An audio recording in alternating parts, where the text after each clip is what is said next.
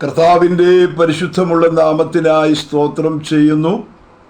അനുഗ്രഹീതമായ ഈ സായാഹ്ന വേളയിൽ ദൈവവചന ശുശ്രൂഷയുമായി റോസ് ഫാമിലിയുടെ ഫേസ്ബുക്ക് പേജിൽ കടന്നു വരുവാൻ ദൈവമായ കർത്താവ് ഒരുക്കിയ വിലയേറിയ അവസരത്തെ ഓർത്ത് സ്തോത്രം ചെയ്യുന്നു. പ്രത്യേകാൽ 2025 രണ്ടാമത്തെ ദിവസത്തിൽ ഒരു പകൽക്കാലം കൂടെ നമ്മെ വിട്ടുപോകുവാൻ ചില മണിക്കൂറുകൾ ശേഷിക്കുമ്പോൾ സംഭവങ്ങളെ കൊണ്ട് നിറഞ്ഞ ഒരു വർഷം നമ്മെ വിട്ട് കടന്നുപോയി. ഒരു പുതുവർഷത്തിൻ്റെ പ്രാരംഭ ദിനങ്ങൾ കാണുവാൻ ദൈവം നമുക്ക് ഭാഗ്യം തന്നതിനായി ഞാൻ ദൈവത്തെ സ്തുതിക്കുന്നു.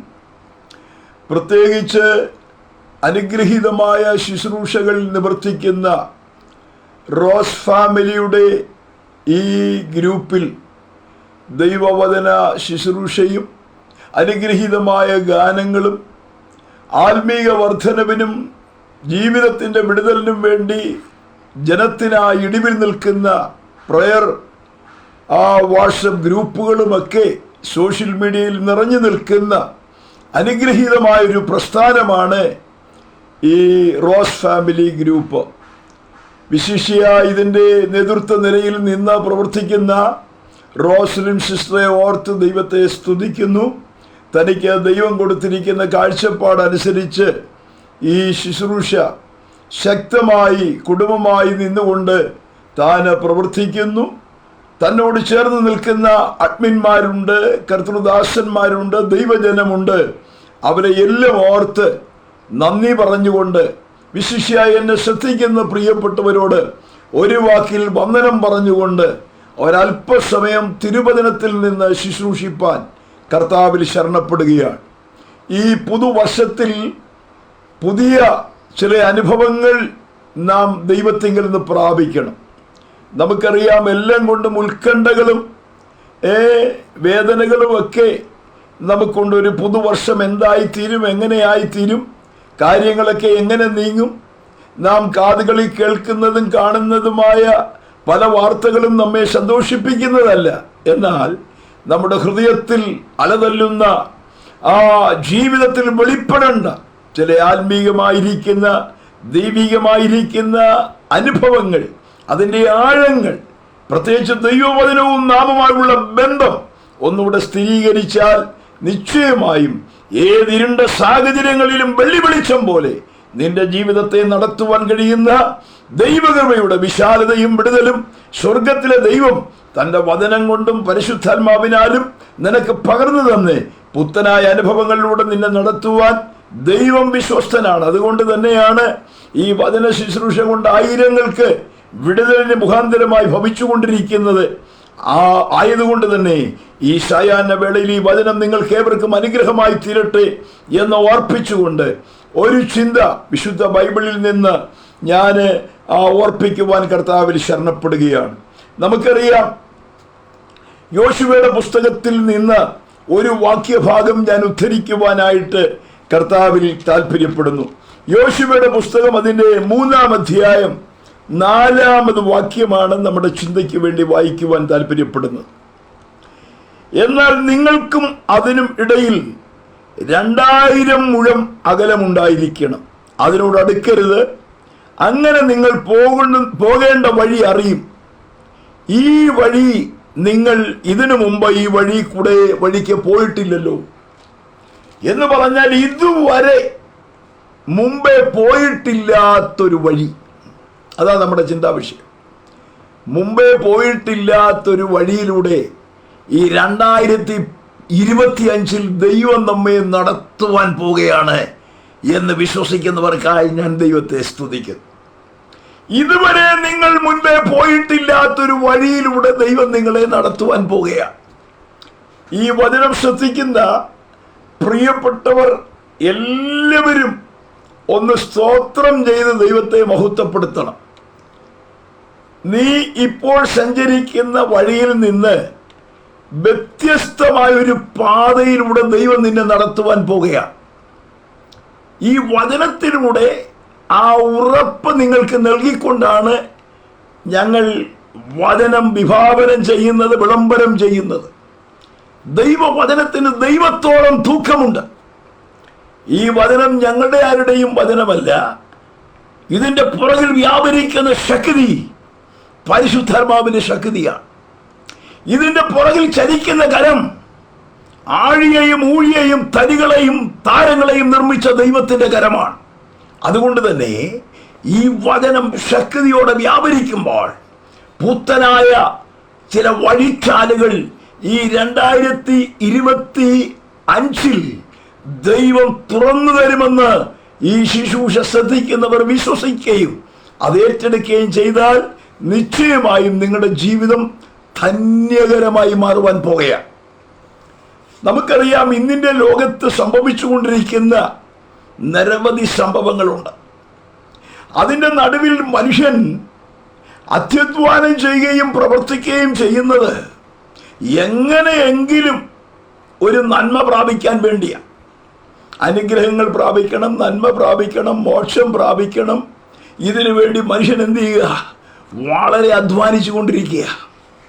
ഇത് ഞാൻ പറയുമ്പോൾ ഏണസ്റ്റ് ഹെമിംഗ്വേ എന്ന് പറയുന്ന ഒരു വലിയ ഗ്രന്ഥകാരൻ, അദ്ദേഹം ശക്തനായൊരു ഗ്രന്ഥകാരനാണ്. താൻ എഴുതിയ ഒരു കഥയുണ്ട്. കഥ ഒരു സംഭവ കഥയായിട്ട് അദ്ദേഹം എഴുതിയിരിക്കുന്നത്. അതിൻ്റെ പേര് തന്നെ the Old Man and Sea എന്നുള്ള ഒരു കഥ, സംഭവ കഥ അദ്ദേഹം എഴുതുകയുണ്ടായി. ഞാൻ കഴിഞ്ഞ ദിവസം അത് വായിച്ചപ്പോൾ ചില ചിന്തകൾ എൻ്റെ ഹൃദയത്തിൽ കടന്നു വന്നു. അദ്ദേഹം പറഞ്ഞിരിക്കുന്ന ആ സംഭവ കഥ ഇങ്ങനെയാണ്. സാന്റിയാഗോ എന്ന് പറയുന്ന ഒരു വൃദ്ധനായ മനുഷ്യൻ കടലിൽ ഒരു ബാലകനുമായി മീൻ പിടിക്കാൻ പോകുന്ന ചരിത്രമാണ് അദ്ദേഹം വിശദീകരിക്കുന്നത്. കടലിലേക്ക് വഞ്ചിയുമായി അദ്ദേഹം മീൻ പിടിക്കാൻ പോകുകയാണ്. അങ്ങനെ മീൻ പിടിക്കുവാൻ ചെന്ന് കടലിൻ്റെ തിരകളെ താണ്ടി ആഴക്കടലിലെത്തി. ഈ വഞ്ചിയിൽ തന്നോട് കൂടെ ഒരു ബാലനുമുണ്ട്. അങ്ങനെ വലയിട്ട് ഒരു വലിയ മീൻ വലയിൽ കയറി. അദ്ദേഹത്തിന് വലിയ സന്തോഷമായി. എന്ത് ചെയ്തെന്നറിയാമോ? ഈ വഞ്ചിയോട് ചേർത്ത് ഈ മീനിനെ പൊക്കിയെടുക്കാൻ കഴിയാത്തത് കൊണ്ട് ചേർത്ത് ബന്ധിച്ച് ഇവരിങ്ങനെ കരയിലേക്ക് സന്തോഷത്തോടെ വരികയാണ്. ഇവര് വളരെ സന്തോഷത്തോടു കൂടെ മീനുമായി ഈ വഞ്ചിയോട് ചേർത്ത് കെട്ടി സന്തോഷത്തോടെ കരയിലേക്ക് ഇങ്ങനെ യാത്ര ചെയ്ത് പോരുകയാണ്. ഇങ്ങനെ പോരുമ്പോൾ നമുക്കറിയാം, ഈ വലിയ മീനാണ് തങ്ങൾക്ക് കിട്ടിയിരിക്കുന്നത്. പക്ഷേ വലിയ കൂറ്റൻ സ്രാവുകൾ ഈ മീനിനെ ആക്രമിക്കുന്നുണ്ടെന്നുള്ളത് ഇവർക്ക് മനസ്സിലായി. കാരണം ഇടയ്ക്കിടയ്ക്ക് ഈ വഞ്ചി കുലുങ്ങുന്നുണ്ട്. കരയിൽ ഇവരെത്തിയപ്പോൾ കണ്ടത് മീനിന്റെ മുള്ളു മാത്രമാണ്. ഒരു വലിയ മീനാണ് ഇവർക്ക് കിട്ടിയത്. പക്ഷേ ഭാഗ്യമോ നിർഭാഗ്യമോ കൊണ്ട് അവിടെ കടലിലുള്ളായിരുന്ന സ്രാവുകളെല്ലാം കൂടെ കൊത്തി ആ വലിയ മീനിനെ എന്ത് ചെയ്തെന്നറിയാമോ? തിന്നുകളഞ്ഞു. കരയിലെത്തി സന്തോഷത്തോടു കൂടെ മീനിനെ കാണുവാനുള്ള ആഗ്രഹത്തോടു കൂടെ ഇവരാ വലയടിച്ച് വഞ്ചിയിലേക്ക് എടുത്തിടുവാൻ തുടങ്ങുമ്പോൾ കണ്ട കാഴ്ച എന്തെന്നറിയാമോ? മീനില്ല, മറിച്ച് ആ മീനിന്റെ അസ്ഥികൂടം മാത്രം, മുള്ളുകൾ മാത്രം നിറഞ്ഞ ഒരു വലയാണ് അവർക്ക് കാണുവാൻ കഴിഞ്ഞത്. കേട്ടോ, ഈ പ്രായമുള്ള മനുഷ്യൻ പായ്മരവും ഈ വലയും എല്ലാം കൂടെ കൊണ്ട് കുടിലേക്ക് മടങ്ങി. എന്തുവാ? ഒന്നും നേടാൻ കഴിയാതെ കുടിലേക്ക് മടങ്ങി. കേട്ടോ, ഈ സാന്റിയാഗോ എന്ന് പറയുന്ന മനുഷ്യൻ ഒന്നും നേടാൻ കഴിഞ്ഞില്ല. ഏതാണ്ടെല്ലാം നേടിയെന്ന് കരുതിയതാ. പക്ഷേ അവസാനമായി കിട്ടിയത് ഒരു മീനിന്റെ അസ്ഥികൂടം മാത്രം, മുള്ളുകൾ മാത്രം, ഒന്നിനും പ്രയോജനമില്ലാത്ത ചിലത് കോരിയെടുത്ത് വഞ്ചിക്കകത്തിട്ട് അവസാനം നിരാശയോടുകൂടി ഈ മനുഷ്യൻ മടങ്ങുകയാണ്. ഇന്നിന്റെ ലോകത്തിന്റെ അവസ്ഥയാണ് ഈ ഹെമിംഗ്വേ എന്ന് പറയുന്ന ഈ ഉന്നതനായ മനുഷ്യൻ വെളിപ്പെടുത്തുന്നത്. ഭാഗ്യ നിർഭാഗ്യങ്ങൾ നിറയുന്ന ഈ ലോകമാകുന്ന സാഗരത്തിൽ മനുഷ്യൻ എന്ത് ചെയ്യുക? വലയിറക്കുക. ഏതൊക്കെ നിലകളിൽ വലയിറക്കാമോ, എന്തൊക്കെ നേടാമോ അതിനുവേണ്ടി മനുഷ്യൻ എന്ത് ചെയ്യുന്നു? വലയിറക്കിക്കൊണ്ടിരിക്കുന്നു. കേട്ടോ, ലഭ്യമാകുന്ന മീനുകളെ തേടി എല്ലാവരും കടലിൽ ഓരോ മേഖലകളിൽ തങ്ങൾ എന്ത് ചെയ്യുന്നു? പടകിൽ വലയിറക്കിക്കൊണ്ടിരിക്കുക. കടുത്ത മത്സരവും അനീതിയും നിറഞ്ഞ ഈ സമൂഹത്തിൽ ആര് വിജയിക്കും ആർക്കും പറയാൻ സാധിക്കുന്നില്ല. ഭാഗ്യ നിർഭാഗ്യങ്ങൾ മാറിമറിയുന്നു. പലപ്പോഴും ഇതുപോലെ എന്തെങ്കിലും കിട്ടി എന്ന് കരുതുന്നവൻ തിരിച്ചു വരുമ്പോഴാണ് മനസ്സിലാകുന്നത് വെറും മുള്ളു മാത്രമാ, മുള്ളും കൂട് മാത്രമാ, വേണ്ടതൊന്നും കിട്ടിയിട്ടില്ല എന്ന് മനസ്സിലാകുന്നു. ഇതുപോലെ മനുഷ്യൻ ഇന്ന് കിടന്ന് അധ്വാനിക്കുക, വേർപ്പൊലിക്കുക, പലതിൻ്റെയും പിന്നാലെ ഓടുക. പക്ഷേ പ്രാപിച്ചതും കൊണ്ടുപോകുന്നതും നേടുന്നതുമെല്ലാം അവസാനമാ മനസ്സിലാകുന്നത് വെറും മുള്ളു മാത്രമാ, അതിനകത്ത് വേണ്ടതൊന്നുമില്ല.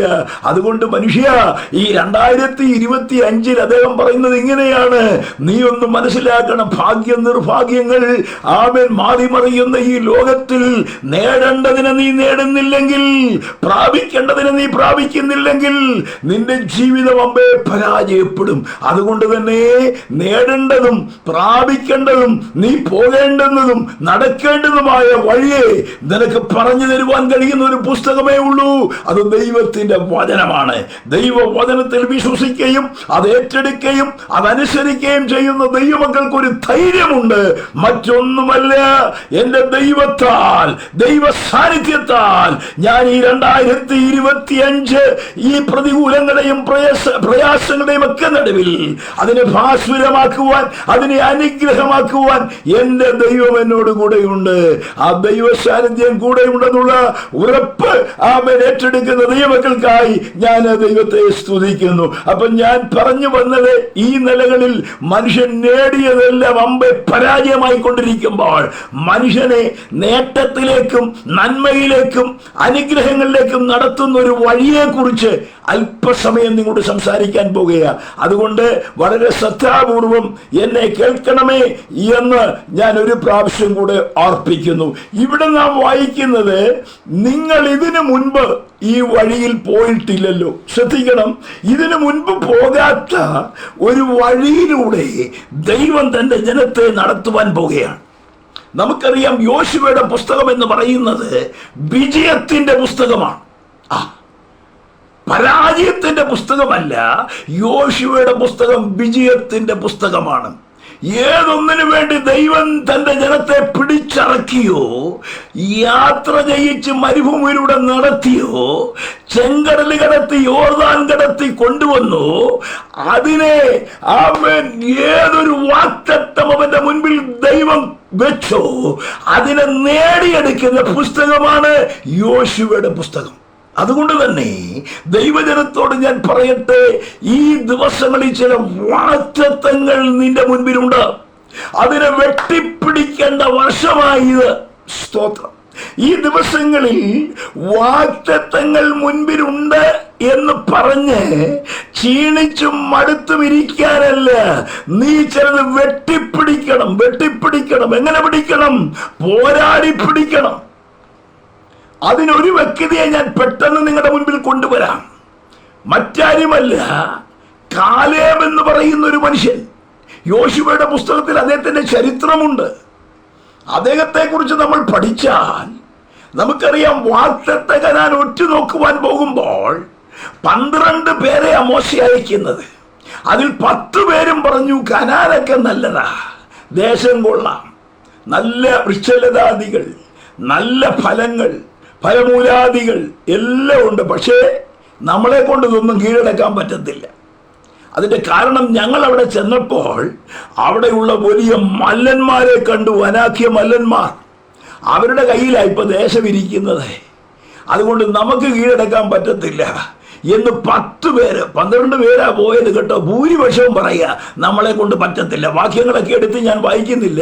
ദൈവവചനത്തിനകത്ത് സംഖ്യാപുസ്തകത്തിലുള്ളൊരു ഭാഗമാണ് ഞാനിപ്പോൾ നിങ്ങളോട് പറഞ്ഞുകൊണ്ടിരിക്കുന്നത്. അവൻ 12 പേര് പോയതിൽ 10 പേരും പറയാ പറ്റത്തില്ല. നേടാനൊക്കത്തില്ല. കാരണമൊക്കെ ശരിയാ, പാലും തേനും ഒക്കെ ഒഴുകുന്നുണ്ട്, ഫലമൂലാദികളൊക്കെ ഉണ്ട്. ഒരു മുന്തിരി കൊല ചുമന്നത് രണ്ടുപേര് കൂടി ഒരു കഴ വെച്ചിട്ട് കെട്ടി തൂക്കിയാ കൊണ്ടുവന്നത് മുന്തിരിക്കൊല. അയ്യോ, അത്രയും വലിയ കൊലയോ! അതെ, ആ ദേശം അത്ര വലിയ ദേശമാന്നേ, അനുഗ്രഹിക്കപ്പെട്ട ദേശമാന്നേ. കാര്യമൊക്കെ ശരിയാ, പക്ഷെ നമുക്ക് നേടാൻ പറ്റത്തില്ല. കാരണം അവിടെ അമാലേക്യ മല്ലന്മാരാണ് ഉള്ളത്. അതുകൊണ്ട് ആ 10 പേര് പറയാ, ഓ ഇത് വെറുതെ വന്നതാ, എന്തിനാ ഇത്രയൊക്കെ പാടുകയും സ്തോത്രം ചെയ്യുകയും സ്തുതിക്കുകയൊക്കെ ചെയ്തത്? അയ്യോ, ഇതൊരു പരാജയത്തിലേക്കാണല്ലോ ഇരിക്കുന്നത്, കാര്യങ്ങൾ കുഴഞ്ഞല്ലോ, എങ്ങനെ നമുക്ക് പിടിക്കാൻ പറ്റും? ഉടനെ അവരെ അങ്ങോട്ട് മാറ്റി നിർത്തിയിട്ട് കാലേബും യോശുവയും 2 പേര് ഇങ്ങോട്ട് മുൻപോട്ട് വന്നേച്ച് പറഞ്ഞു, നിങ്ങൾ അങ്ങോട്ട് മാറി നിൽക്കേ, നമുക്കത് സാധിക്കും, നമുക്കത് സാധിക്കും. അവരോട് ചോദിച്ചു, എങ്ങനെ സാധിക്കും? അവര് പറഞ്ഞു, നമ്മുടെ ദൈവത്താൽ അത് സാധിക്കും. സ്തോത്രം.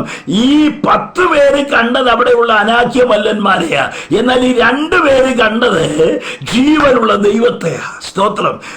അനാക്യമല്ലന്മാരെ കണ്ടവര് പറയാ, പറ്റത്തില്ല, നടക്കത്തില്ല, നേടാനൊക്കത്തില്ല. പക്ഷെ ദൈവത്തെ കണ്ടവൻ പറയാ, നമ്മളത് പിടിക്കും, നമ്മളത് നേടും. ഈ പുതിയ വർഷത്തിൽ ചില വാഗ്ദത്തങ്ങളെ പിടിക്കാൻ ദൈവാത്മാവ് നിന്നെ കുറിച്ച് ആഗ്രഹിക്കുന്നുണ്ട് കേട്ടോ. നീ അവിശ്വാസത്തിന്റെ വാക്കുകൾ പറഞ്ഞ്, കഴിയത്തില്ലെന്നും പറഞ്ഞ്, അയ്യോ തീർന്നെന്നും പറഞ്ഞ്, എന്റെ സാഹചര്യം വല്ലാതാണെന്നും പറഞ്ഞ് ഒതുങ്ങിയിരിക്കാനല്ല, പരിശുദ്ധാത്മാവ് ശക്തമായി ചില ദൈവജനത്തോട് ഓർപ്പിക്കുന്നു. ചിലതിനെ വെട്ടിപ്പിടിക്കാനാ ദൈവം നിന്നെ വിളിച്ചത്. ഈ ദിവസങ്ങളിൽ വാഗ്ദത്തം നിന്റെ ചാരത്ത, അമേൻ, അതിനടുത്താ നിൽക്കുന്നത്. നീ ചുവടെടുത്ത് വെച്ചാൽ മതി. യോശുവയോട് ദൈവം പറഞ്ഞു, ഉള്ളങ്കാലി ചവിട്ടുന്നത് ഞാൻ നിനക്ക് തരും. അവൻ വിശ്വാസത്താൽ നീ കാലെടുത്ത് വെക്കുന്നത് നിനക്ക് അവകാശമാ. ഈ ദിവസങ്ങളിൽ വിശ്വാസം വർദ്ധിക്കട്ടെ, പ്രാർത്ഥന വർദ്ധിക്കട്ടെ. അവൻ ഈ ഗ്രൂപ്പിലുള്ള ദൈവജനത്തോട് പറയട്ടെ, ഈ 2025 ചില വാഗ്ദത്തങ്ങളെ അവകാശമാക്കുവാൻ ദൈവം നമ്മെ വിശ്വാസത്തിന്റെ ചുവട്ടടി ഒരു പുതിയ വഴിച്ചാലിലൂടെ മുൻപോട്ട് നടത്തുന്ന ദിനങ്ങളാണെന്ന് വിശ്വസിക്കുന്ന എത്ര പേരുണ്ട്? അവരെ ഓർത്ത് ഞാൻ ദൈവത്തെ സ്തുതിക്കുകയാണ്. ഈ യോശുവയും കാലേബും പറഞ്ഞു, നമുക്കത് പിടിക്കാൻ കഴിയും. ഭൂരിപക്ഷമൊന്നുമല്ല, 2 പേരേ ഉള്ളൂ. ഇപ്പോഴും അങ്ങനെ, ഭൂരിപക്ഷം പേരും അവിശ്വാസത്തിന്റെ വാക്കാ പറയുന്നത്. ഭൂരിപക്ഷം പേരും പക്ഷെ 2 പേര് പറഞ്ഞു, നമുക്കത് കഴിയും, നമുക്കത് കഴിയും. വർഷങ്ങൾ പലത് പിന്നിട്ടു കേട്ടോ, വർഷങ്ങൾ പലത് പിന്നിട്ടു. ഈ കാലേബ് എന്ന് പറയുന്ന മനുഷ്യൻ ദൈവത്തോട് പറ്റി നിന്നു.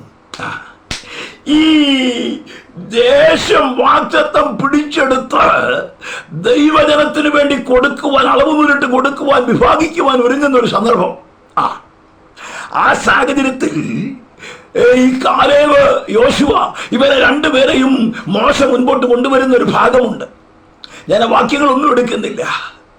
കാലേബിനെ കുറിച്ച് മോശ പറയുന്നത് അവൻ യഹോവയോട് പറ്റി നിന്നു എന്നാ. പറ്റി നിന്നു. അവന് വേറൊരു സ്വഭാവമുള്ളത്. എല്ലാവരും പറയുന്ന പോലല്ല പറയുന്നത്, എല്ലാവരും ചെയ്യുന്ന പോലല്ല ചെയ്യുന്നത്, എല്ലാവരും വിശ്വസിക്കുന്ന പോലല്ല വിശ്വസിക്കുന്നത്.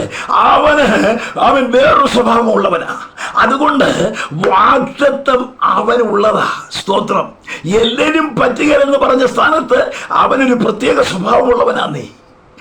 അവന് ദൈവത്തോട് ചേർന്ന് നിന്നവനാ, ദൈവാലോചനയ്ക്ക് ചേർന്ന് നിന്നവനാ. ഇന്ന് ഈ ശയന വേളയിൽ ഞാൻ ചോദിക്കട്ടെ, ദൈവം നിന്നോട് സംസാരിക്കുന്ന, ദൈവാലോചനയ്ക്ക് ചേർന്ന് നിൽക്കുന്ന എത്ര പേരുണ്ട്? ദൈവശബ്ദം കേൾക്കുന്നുണ്ട്, ദൈവ ആലോചന കേൾക്കുന്നുണ്ട്. പലപ്പോഴും അത് ഒരു കാതിൽ കൂടെ കേട്ട് മറുകാതിൽ കൂടെ പോകുകയാ. പക്ഷെ ഹൃദയത്തിന്റെ ആഴത്തിൽ ഇറങ്ങി അതിനുവേണ്ടി ഒരുക്കപ്പെടുന്ന ഒരു സമർപ്പിക്കപ്പെടുന്ന മനസ്സുമായി ദൈവശബ്ദത്തിന് വേണ്ടി നിന്നെ തന്നെ ഏൽപ്പിച്ചു കൊടുക്കാൻ കഴിയുന്ന ഒരവസ്ഥ ഇല്ലെങ്കിൽ അമ്പയെ പരാജയമാ. ദൈവശബ്ദം നിന്നെ രൂപപ്പെടുത്തട്ടെ, അത് നിന്നെ ചലിപ്പിക്കട്ടെ. അതിനകത്തൂടെ ദൈവത്തോട് പറ്റി നിന്ന് ചില വാഗ്ദത്തങ്ങളെ പിടിച്ചടക്കുവാൻ അവൻ കാലേബിനെ പോലെ ഈ ദിവസങ്ങളിൽ പറ്റി നിൽക്കുന്ന ആരുണ്ടെന്ന് സ്വർഗം നോക്കിക്കൊണ്ടിരിക്കുക. അവൻ എന്നോട് പറ്റിയിരിക്കാൻ ഞാൻ അവനെ വിടുവിക്കും. യെസ്, ഇന്ന് ഈ ശയന വേളയിൽ പറ്റി നിൽക്കുന്ന എത്ര പേരുണ്ട്? പണ്ട് ഇനിയും നിന്നോട് പറ്റിച്ചേരാന്നുള്ളൊരു പാട്ട് ഇറങ്ങിയ സന്ദർഭത്തിൽ ഞാൻ ഓർക്കുന്നുണ്ട്. അനുഗ്രഹിക്കപ്പെട്ട നിലയിൽ കുമ്പനാട് കൺവെൻഷനുമൊക്കെ ആ പാട്ട് പാടുന്ന ആ വേള ഞാൻ ഓർക്കുന്നുണ്ട്. ഇനിയും നിന്നോട് പറ്റിച്ചേരാൻ ആത്മമാരിയാൽ നിറയ്ക്ക. കൊച്ചുങ്ങൾ സഭായോഗം നടത്തിയിട്ട് ഒരു കൊച്ചം പാടുക, ഇനിയും നിന്നോട് പറ്റിച്ചേ. അപ്പോഴാ മനസ്സിലായത് പറ്റിച്ചേറിയല്ല, ഇനിയും നിന്നോട് പറ്റിച്ചേന്ന്. നിന്നെ പറ്റിച്ചെന്നായി പറഞ്ഞതിൻ്റെ അർത്ഥം. ഇങ്ങനെ പറ്റിക്കുന്ന പുള്ളികളായിരുന്നു കൂടുതൽ. പറ്റിച്ചേരുന്നവരല്ല, പറ്റിക്കുക. ഇനിയും നിന്നോട് പറ്റിച്ചേ.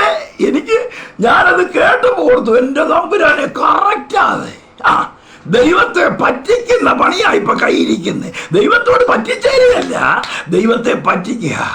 ഈ പുതുവർഷത്തിലും ഞാൻ ചോദിക്കട്ടെ, ദൈവത്തെ കളിപ്പിക്കുന്ന പണി അങ്ങ് നിർത്തി വെച്ചേക്കണേ. ഇപ്പോഴത്തെ പുതുവർഷത്തെ യോഗത്തിന് ഒരു പ്രത്യേകതയുണ്ട്. ഞാൻ കണ്ട ഒരു കാര്യം പറയാം. കഴിഞ്ഞ നാളുകളിലൊക്കെ അങ്ങനെ ആയിരുന്നില്ല. ആളുകളെല്ലാം തീരുമാനവും സമർപ്പണവും ഒക്കെ ചെയ്യുമായിരുന്നു. ഞാൻ കർത്താവിന് വേണ്ടി ഇന്നത് ചെയ്തോളാം, ഞാൻ പ്രാർത്ഥിച്ചോളാം, പൂശോളാം. ഇപ്പോൾ ഒരാൾ പറയുക, സാക്ഷ്യത്തിൽ പറയുകയാണേ, എന്താ, ഞാൻ കഴിഞ്ഞ വർഷം ചില കാര്യങ്ങളൊക്കെ ചെയ്യാൻ തീരുമാനിച്ചു, പക്ഷെ ഒന്നും പറ്റിയില്ല. അതുകൊണ്ട് ഈ വർഷം ഞാൻ തീരുമാനം എടുക്കുന്നില്ല, ഞാൻ ഒത്തതുപോലെ ചെയ്തോളാം കർത്താവേന്ന്. അപ്പൊ എങ്ങനെയുണ്ട് കാര്യം? തമ്പുരാനെ പറ്റിച്ചില്ലേ? ഞാൻ കഴിഞ്ഞ വർഷം പണി പറ്റിച്ചെന്ന്. അതെ, കഴിഞ്ഞ വർഷം ചിലതൊക്കെ ചെയ്യാമെന്ന് ഞാൻ പറഞ്ഞു പോയി, പക്ഷെ പറ്റിച്ചു. ഈ വർഷം അതുകൊണ്ട് ഞാൻ പറ്റിക്കുന്നില്ല. പറ്റിക്കാതിരിക്കുന്നത് നല്ലതാ. കാരണം പുസ്തകത്തിൽ വായിക്കുന്നത് നേർന്ന നിവർത്തിക്കണം, അല്ലെങ്കിൽ പാവമാ. നേരാതിരിക്കുന്ന നല്ലതെന്ന് ശലോമോൻ പറഞ്ഞിട്ടുണ്ട്. തീരുമാനമെടുത്താൽ ചെയ്തോണം, ചെയ്തില്ലെങ്കിൽ നിനക്ക് പാപകാരണമാ. അതുകൊണ്ട് എന്നാ വേണ്ടി ഇപ്പൊ ആളുകൾ തീരുമാനമൊന്നുമില്ല, ഒരു സമർപ്പണവും ഇല്ല, ഇടിഞ്ഞു കിടക്കുകയല്ല. പിന്നെ ഒത്തതുപോലെ അങ്ങ് പോവുക. ഉപവാസത്തിന് പോകാൻ പറ്റിയോ പോവും, കൺവെൻഷന് പോകാൻ പറ്റിയോ പോവും, പരിശോധന നടത്താൻ പറ്റിയെങ്കിൽ പോവും, സ്റ്റാറ്റ് കൊടുക്കാൻ പറ്റുമോ, നേരെയില്ല പാസ്റ്റേ, പിന്നെ ഒത്താൻ നോക്കാം. ഇതെല്ലാം ഒപ്പിക്കുന്ന പണിയാ ഇന്ന് ദൈവമക്കൾ പലരും ചെയ്തുകൊണ്ടിരിക്കുന്നത്. ഈ ഒപ്പിന് പണി അവിടെ നിർത്തണമെന്നാ ദൈവം ആഗ്രഹിക്കുന്നത്. ഒപ്പിക്കാനല്ല ദൈവം നിന്നെ വിളിച്ചത് കേട്ടോ.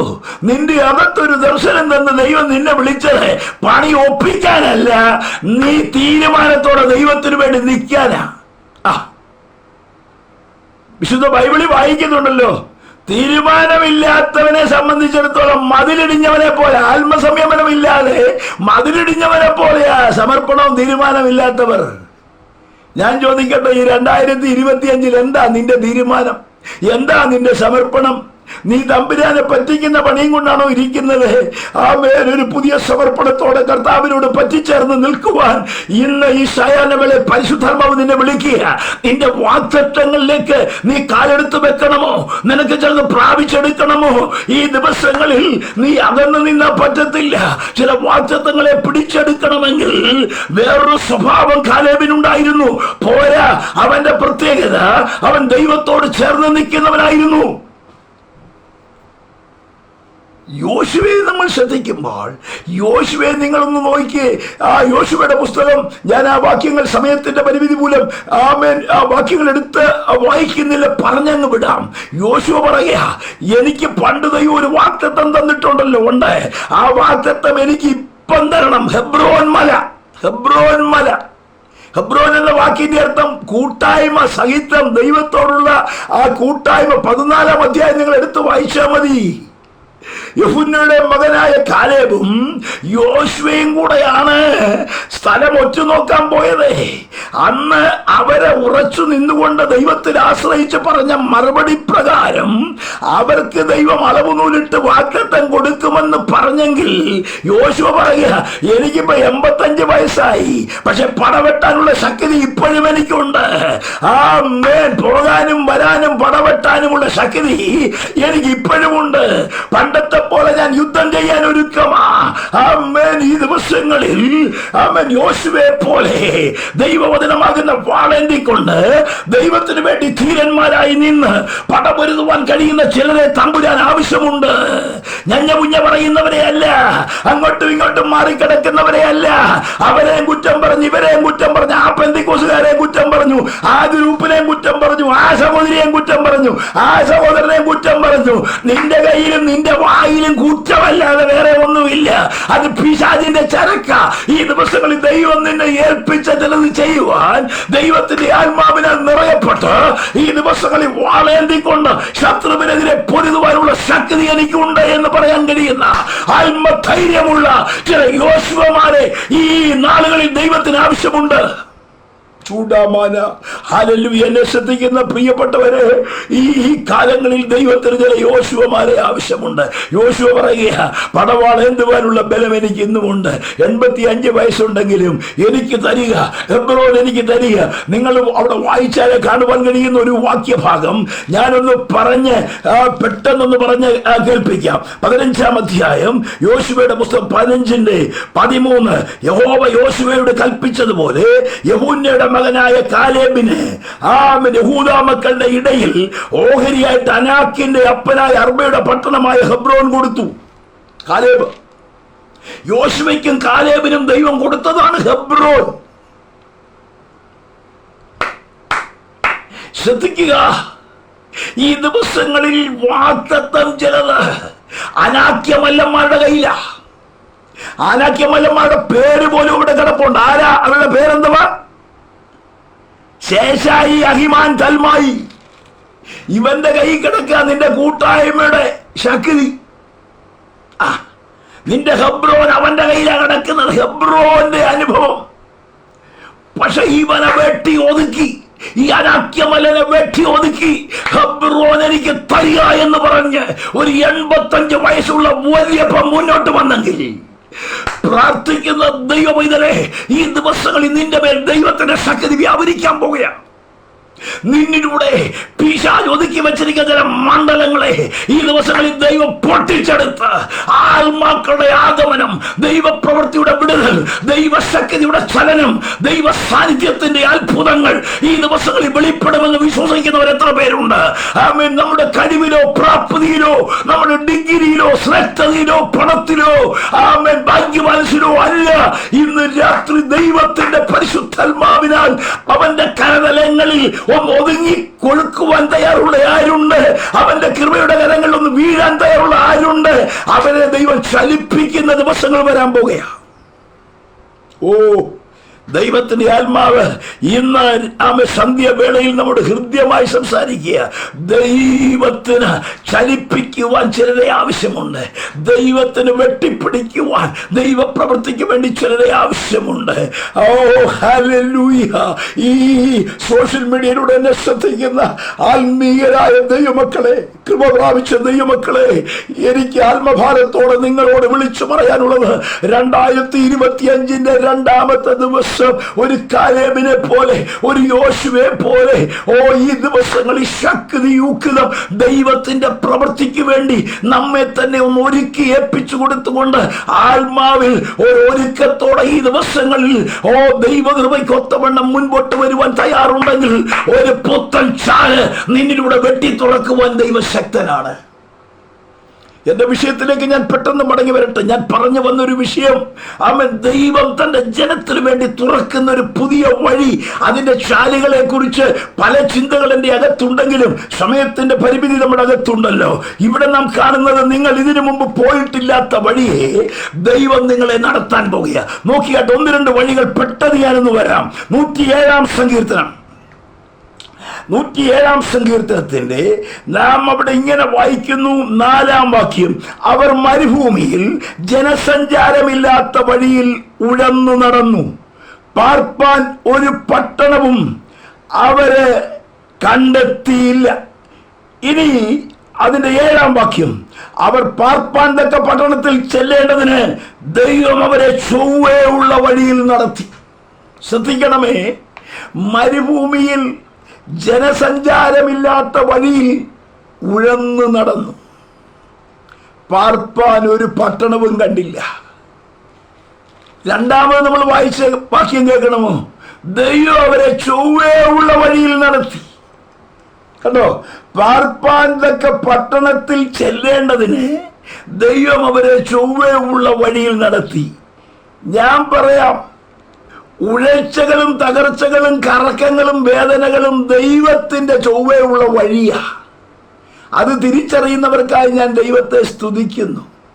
ദൈവത്തിന്റെ ചില വഴികൾ ദൈവമക്കൾ തിരിച്ചറിയണം. എന്തുകൊണ്ട് ഇസ്രായേലിനെ ഈ നിലകളിലുള്ള വഴികളിലൂടെ നടത്തിയെന്ന് ചോദിച്ചാൽ, അതിന്റെ പുറകിൽ ദൈവത്തിന് ചൊവ്വയുള്ള വഴിയായിട്ടായിരിക്കുന്നേ. അതിന്റെ കാരണം എന്താ പറയാം? ഇങ്ങനെയുള്ള വഴിച്ചാലിലൂടെ വന്നെങ്കിലേ നീ ചൊവ്വാവുള്ളൂ. ആവർത്തന പുസ്തകത്തിൽ നമ്മൾ വായിക്കുന്നുണ്ടല്ലോ. എന്താ വായിക്കുന്നത്? ആവർത്തന പുസ്തകം 8-ാം അധ്യായത്തിൽ ദൈവം ഇസ്രായേലിനെ നടത്തിയ വഴികളെ ഓർക്കണമെന്ന് പറഞ്ഞിട്ട് അവരോട് പറയുന്ന ഒരു ഭാഗമുണ്ട്. നിന്റെ ദൈവമായ യഹോവ നിന്നെ താഴ്ത്തുവാനും നീ അവന്റെ കൽപ്പനകളെ പ്രമാണിക്കുമോ ഇല്ലയോ നിന്നെ പരീക്ഷിച്ചറിയുവാനും നിന്റെ ഹൃദയത്തിൽ ഇരിക്കുന്നത് അറിയുവാനുമായി നിന്നെ 40 സംവത്സരം മരുഭൂമിയിൽ നടത്തിയ വിധമൊക്കെയും നീ ഓർക്കണം. നിന്റെ അകത്തിരിക്കുന്നത് പുറത്തു വരാനാ ദൈവം 40 വർഷം നടത്തിയത്. എടാ, വിടുതലൊക്കെ ഉണ്ട്. കുഞ്ഞാടിന്റെ രക്തത്താല വിടുവിക്കപ്പെട്ടത്, ചെങ്കടല് കടന്നതാ. പക്ഷെ അകത്തിരിക്കുന്നത് വല്ലപ്പോഴും ഒക്കെ പുറത്തു വരും. അതിച്ചിരി കട്ടി കൂടിയ സാധന. അത് തന്നെ വെള്ളം കിട്ടാതെ വന്നപ്പോ എല്ലാം കൂടെ ബഹളം വെക്കുക. അയ്യോ, ഞാൻ ചോദിക്കട്ടെ, മന്ന തന്ന ദൈവത്തിന് വെള്ളം തരാൻ പറ്റുകയല്ലേ? വെള്ളം ദൈവം കൊടുത്തു കഴിഞ്ഞു. കുറച്ചിങ്ങോട്ട് വന്നപ്പോ ഞങ്ങൾ ഇറച്ചിക്കരത്തിന്റെ ചോട്ടിലാണ്, ഇറച്ചിയില്ലേ എന്ന് പറഞ്ഞ് കാറി. ഞാൻ ചോദിക്കട്ടെ, വെള്ളം തന്ന ദൈവത്തിന് ഇറച്ചി തരാൻ പറ്റുകയല്ലേ? അന്നേരം എടുത്ത് പോയി എന്തൊരു ബഹള. ഇല്ലായ്മ വരുമ്പോഴെല്ലാം അകത്തുനിന്ന് കടന്ന് ഞങ്ങൾ എന്തിനാ വന്നത്? അവിടെ അങ്ങനെ ചാകാൻ മേലായിരുന്നോ? ഈ മോശയോട് പാവം, ഈ അവരുടെ പാസ്റ്ററായ മോശയോട് ഇത്രയും ലക്ഷം ജനങ്ങൾ കാറിയാൽ അങ്ങേര് എങ്ങനെയായിരിക്കും? ഞാൻ ഓർത്തു, എൻ്റെ ദൈവമേ, അതാ ഭയങ്കര പാസ്റ്റർ. അതുകൊണ്ടൊക്കെയാ ചിലപ്പോഴൊക്കെ പുള്ളി വാടിയൊക്കെ എടുത്ത് പാറക്കെട്ട് ഒറ്റ അടിയൊക്കെ വെച്ചു കൊടുത്തു. ചുമ്മാ ഒന്നുമല്ല. മനുഷ്യൻ എന്നുള്ളതിലെ പുള്ളി വെച്ച് ഇത്രയും ലക്ഷം ആളുകൾ നിന്നോണ്ട് വിളിക്കുകയല്ലേ, അയ്യോ വെള്ളം തായോ കൊച്ചുമിച്ചടക്കം നിൽക്കുകയല്ലേ, ഞങ്ങളെ എന്തിനാ കൊണ്ടുവന്ന്, ഇങ്ങോട്ട് എന്തിനാ കൊണ്ടുവന്ന്? ഈ പാസ്റ്റർ നിന്ന് വിഷമിക്കുക. പുള്ളി ഒരു കാര്യം ചെയ്യുമായിരുന്നു, മേളോട്ട് നോക്കിയിട്ട് മുട്ടുകുത്തി ഒരൊറ്റ പ്രാർത്ഥനയാ. സ്വർഗം പറഞ്ഞു, വിഷമിക്കണ്ട, ഇറച്ചി തരാൻ എനിക്ക് കഴിയും. ജനം മനസ്സിലാക്കാൻ പോവുക.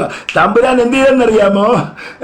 തിമിംഗലങ്ങളുടെ തലയെ ഉടച്ച് പറക്കാനായിട്ട് 1.5 കിലോ ഇറച്ചി, 2.5 കിലോ ഇറച്ചി, 3.5 കിലോ ഇറച്ചി ഇതിനെ ചിറകങ്ങോട്ട് വെച്ചേച്ച് രൂപന്റെ കൂടാരത്തിന്റെ മുകളിൽ യഹൂദയുടെ, ഗാദിന്റെ എന്ന് വേണ്ട ഇവന്മാരുടെ എല്ലാ പാളയത്തിലേക്ക് ഇവന്ന് കാടപ്പക്ഷി പറന്നു വരിക.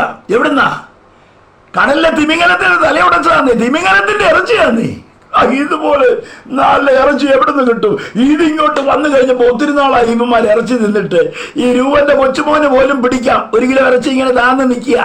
പുള്ളി പിടിച്ചെടുത്തു. അങ്ങനെ വലിയവര് പിടിച്ചു, കൊച്ചു പിള്ളേര് പിടിച്ചു, എല്ലാരും പിടിച്ചു. കരത്തിനകത്തിട്ട് പെട്ടെന്ന് വേവിച്ചു. ഇവന്മാർ ഇറച്ചി കൊതിയന്മാരെല്ലാം കൂടെ മുളകും ഉപ്പും ചേർക്കാതെ വേവിച്ചു തിന്നു. 24,000 എണ്ണം കോടറ പിടിച്ച് ചത്തു. ഞാൻ സാധാരണ പറയാറുണ്ട്, ദൈവം കൊടുത്താൽ വെളിവില്ലാതാ കൊടുക്കുന്നത്. ദൈവത്തോട് നീ പിറുപിറുത്ത് ഇതെനിക്ക് കിട്ടിയേ മതിയാകൂ എന്നൊക്കെ പറഞ്ഞ് പിടിച്ചു മേടിച്ചാൽ ദൈവം തന്ന വെളിവില്ലാതെ അവസാനം കോളറ പിടിച്ച് ചാവും. ഇറച്ചി നിന്ന് ചത്ത ചരിത്രമുള്ളത് ഈ പുസ്തകത്തിലാണ്. ദൈവം കൊടുത്തുന്നേ, ഇവന്മാര് കിടന്ന് പിറുപിറുക്കല്ലേ. ഞാൻ ചോദിക്കട്ടെ, ദൈവം നിനക്ക് തരാൻ ശക്തനല്ലേ? എന്തിനാ പിറുപിറുക്കുന്നത്? നമുക്കറിയാമല്ലോ, വെള്ളമില്ല, ദിവസങ്ങളായി. എന്നാ കിട്ടുന്ന വെള്ളം നല്ലതാന്ന് ഓർത്ത് ചെന്നപ്പോ മാറായ അവിടെ കടന്ന് പിറുപിറുക്കുക. അയ്യോ, തമ്പുരാൻ മോശയോട് പറഞ്ഞു, ഒരു വൃക്ഷം നിപ്പുണ്ട് കേട്ടോ, വെട്ടാൻ പറഞ്ഞു, അതിന്റെ കൊമ്പ് വെട്ടിയിടാൻ പറഞ്ഞു. നിങ്ങൾ മിസ്രൈമിൽ നിന്ന് ഇറങ്ങിയപ്പോ മുതലേ ആ വൃക്ഷം നിൽക്കുക അവിടെ. അതിന്റെ കൊമ്പ് വെട്ടിയിടാൻ പറഞ്ഞു. നിമിഷം കൊണ്ട് കൊമ്പ് വെട്ടിയിട്ടു. വെള്ളം മധുരമായി മാറി കേട്ടോ. അവിടെ ജനം പിറുപിറുക്കുക. സ്തോത്രം. അവിടുന്ന് ഇങ്ങോട്ട് വന്ന് വെള്ളമില്ല. ഉടനെ ജനം പിന്നെയും പിറുപിറുക്കുക. അവിടെ വെച്ച അമാലേക്കരുമായി പിറുപിറുക്ക് കാരണം അമാലേക്കർ ഇങ്ങോട്ട് കയറി വന്നു. അവിടെ ആ യുദ്ധം നടക്കുന്നതും വഴക്കുണ്ടാകുന്നതും മോശ പർവ്വതത്തിൽ കൈവർത്തി പ്രാർത്ഥിക്കുന്നതും യോശുവ വെട്ടിപ്പിടിക്കുന്നതും ഒക്കെ നമുക്ക് അവിടെ കാണുവാനായിട്ട് കഴിയും. ഞാൻ പറഞ്ഞത്, ഈ വിടുതൽ പ്രാപിച്ചു, സ്വോത്രം ചെയ്യുന്നു, പ്രാർത്ഥിക്കുന്നു, കൃപ പ്രാപിച്ചു എന്നൊക്കെ പറഞ്ഞാലും അകത്ത് നിന്ന് മിസ്രൈം പോയിട്ടില്ല. മിസ്രൈം വിട്ടെന്നുള്ളത് ശരിയാണ്. ഇപ്പോഴും അകത്ത് കിടക്കുന്നത് മിസ്രൈമാണ്. അകത്തെ ചിറ്റുള്ളിയും ചീരുള്ളിയും വെണ്ടയ്ക്കായും മത്തങ്ങായും ഇറച്ചിയൊക്കെയാണ്. അവിടുത്തെ കല്ലറയും അവിടുത്തെ പള്ളിയും അവിടുത്തെ ആ പരിപാടിയും അവിടുത്തെ ഇതന്നെ. ഒരിക്കൽ ചോദിച്ചല്ലോ, മന്ന ഇതെന്നാ? ഇതെന്നാ നീ ചോദിക്കുന്നതാ മന്ന? സ്വർഗത്തിലെ ദൂതന്മാരുടെ ആഹാരമാണ് കൊടുത്തത്. അപ്പൊ ചോദിക്കുക, ഇതെന്നാ മന്ന? ദൈവം ദൂതന്മാരുടെ ആഹാരം കൊടുത്താലും ഇവൻ ജന്മം ചെയ്താൽ സമ്മതിക്കുകയല്ല ദൈവം കൊടുത്താണ്. ഞാൻ പറഞ്ഞത് എന്തിനാന്ന് ചോദിച്ചാൽ, ഇത്രയൊക്കെ പറഞ്ഞ എന്തിനാന്ന് ചോദിച്ചാൽ, ദൈവം തരുന്നത് കൈനീട്ടി മേടിച്ച് സ്വോത്രം പറയാൻ കഴിയുന്ന ഒരു അനുഭവം ഉണ്ടെങ്കിൽ അതാണ് ദൈവനാമം മഹത്വപ്പെടുന്നത്. എപ്പോഴും അകത്ത് മുറുമുറുപ്പ, ഇന്നത് തന്നില്ല, ഞാൻ ഉപവസിച്ചിട്ട് കിട്ടിയില്ല, പ്രാർത്ഥിച്ചിട്ട് കിട്ടിയില്ല, ഇന്നാരെല്ലാം പ്രാർത്ഥിച്ചു, ഉപദേശി പ്രാർത്ഥിച്ചു, അവര് പ്രാർത്ഥിച്ചു, ഇവര് പ്രാർത്ഥിച്ചു, ഇപ്പോഴും വഴി തുറന്നില്ല. ദൈവത്തിന് പദ്ധതി ഉണ്ടെന്നേ. ദൈവത്തിന്റെ പ്ലാനല്ല അവൻ നീ ചിന്തിക്കുന്നത്. നിനക്ക് വേണ്ടി ദൈവത്തിനൊരു പദ്ധതി കിടപ്പുണ്ട്. ചില പ്രാർത്ഥനാ വിഷയങ്ങളൊക്കെ അല്പം ലേറ്റ് ആകുന്ന ഇതിനെന്നറിയാവോ? ഏറ്റവും ശ്രേഷ്ഠമായ ഒന്ന് ദൈവം നിനക്ക് തരാനാ. ശുശ്രൂഷയിൽ ഇരുന്ന ഒരു വല്യപ്പനും വല്യമ്മയും, അങ്ങനെ ഞാൻ പറയുന്നത് ക്ഷമിക്കണേ, സക്കറിയാവും എലിസബത്തും പ്രായമുള്ളവരാ. രണ്ടുപേരും അബിയാക്കൂറിന്റെ ക്രമപ്രകാരം ശുശ്രൂഷിക്കുന്നവരാ. ഞാനവിടെ ആ സുവിശേഷം ലൂക്കോസിന്റെ സുവിശേഷത്തിൽ വായിച്ചപ്പോൾ ഇത്രയും പ്രായമുണ്ടെങ്കിൽ ഒറ്റ ശുശ്രൂഷ മുടക്കിയിട്ടില്ല. കൂറിന്റെ ക്രമം വരുമ്പോൾ ഈ അപ്പച്ചനുണ്ടല്ലോ, പ്രായമുള്ള അപ്പച്ചൻ, അന്നേരം ലോകയെടുത്തിട്ട് എല്ലാം ക്രമീകരിച്ച് പെട്ടെന്ന് യഹൂദപ്പള്ളിയിലോട്ട് പോവുക. എന്തിനാ? ശുശ്രൂഷ ചെയ്യാൻ കേട്ടോ. പക്ഷെ ഒരൊറ്റ കാര്യം, ഒത്തിരി കൊച്ചുങ്ങളെ എടുത്ത് രാരീരോ പാടി അതിനെ എല്ലാം പ്രതിഷ്ഠിച്ചതാ. ഇവർക്ക് കൊച്ചുങ്ങളില്ല. ഇവരെ കണ്ടവര് പറഞ്ഞു കാണും, എന്തൊരു പുരോഹിതനാടാ എലിസബത്തും സക്കറിയാവും, അവർക്ക് കൊച്ചുങ്ങളില്ലല്ലോടാ. കാരണം ഇവരെല്ലാവർക്കും വേണ്ടി പ്രാർത്ഥിക്കുന്നു, കൊച്ചുങ്ങളില്ല. സംഗതി ലേറ്റ് ആകുക, പ്രായമായി, ഇപ്പൊ ആ പടം വല്ലാതെയായി. ഒരു ദിവസം പ്രായമൊക്കെ ഉണ്ടെങ്കിലും ശുശ്രൂഷ മടുപ്പില്ല. എനിക്കതാ സന്തോഷം. പ്രായമുണ്ട്, കുഞ്ഞുങ്ങളില്ല, ക്ഷീണമാണ് എന്നൊക്കെ പറഞ്ഞ് പുള്ളി ശുശ്രൂഷ പുറകോട്ടാക്കിയില്ല. ശുശ്രൂഷ യാതൊരു മടുപ്പുമില്ല. ശക്തിയോടുകൂടെ അന്നും വന്നു ശുശ്രൂഷയ്ക്ക് വന്ന് കയറിയിട്ട് ശുശ്രൂഷ നടത്തിക്കൊണ്ടിരിക്കുമ്പോൾ ധൂപപീഠത്തിലേക്ക് ഒരു ദൂതൻ ഇറങ്ങി വന്നേച്ച് പറഞ്ഞു, സക്കരിയാവേ, നീ എലിസബത്തും കൂടെ നാളുകളായി പ്രാർത്ഥിക്കുന്ന ഒരു വിഷയമുണ്ടല്ലോ, അതിന്റെ മറുപടിയായിട്ടാണ് ഞാൻ വന്നിരിക്കുന്നത്. സംഗതി അല്പം ലേറ്റ് ആയെങ്കിലും നിനക്ക് തരാൻ പോകുന്ന മറുപടി അത്ഭുതത്തിന്റെ മറുപടിയാ. നീ പ്രതീക്ഷിക്കുന്നതിനേക്കാൾ ഒന്ന് എലിസബത്തിൽ ഉരുവാകുവാൻ പോകുകയാ. ചില പ്രാർത്ഥനാ വിഷയങ്ങളൊക്കെ അല്പം ലേറ്റ് ആകുമ്പോൾ പേടിക്കരുത് കേട്ടോ. 2025 ഇതിന്റെ പ്രാരംഭ ദിവസങ്ങളിലും കർത്താവെ കിട്ടിയില്ലല്ലോ, അയ്യോ ഞാൻ പ്രാർത്ഥിച്ചിട്ട് ഓസിച്ചിട്ട് നാളുകളായി മുട്ടുമടക്കിട്ട് പേടിക്കണ്ട. ലേറ്റ് ആകുന്നതോളം നിന്റെ വിഷയം ശക്തമായ ചില മറുപടികളുമായി വരാൻ പോവുക. മുട്ടുകുത്തിക്കോ, മടുക്കാതെ പ്രാർത്ഥിച്ചു, തളരാതെ പ്രാർത്ഥിച്ചു, ഏൽപ്പിച്ചു കൊടുത്ത് പ്രാർത്ഥിച്ചു, ചില വിഷയങ്ങളുടെ മറുപടി നിന്റെ കരങ്ങളിൽ വരാൻ പോവുക. ഞാൻ എന്തിനാ ഇത് പറഞ്ഞത് ചോദിച്ചാൽ, ചില വിഷയങ്ങളുടെ മറുപടി കിട്ടാതെ വരുമ്പോ, പ്രാർത്ഥനയ്ക്ക് മറുപടി കിട്ടാതെ വരുമ്പോ പിറുപിറുക്കുന്ന എത്രയോ വിശ്വാസികളുണ്ടെന്നറിയാം. പിറുപിറുക്ക, അയ്യോ അങ്ങനെയാണ് ഇങ്ങനെയാണ്.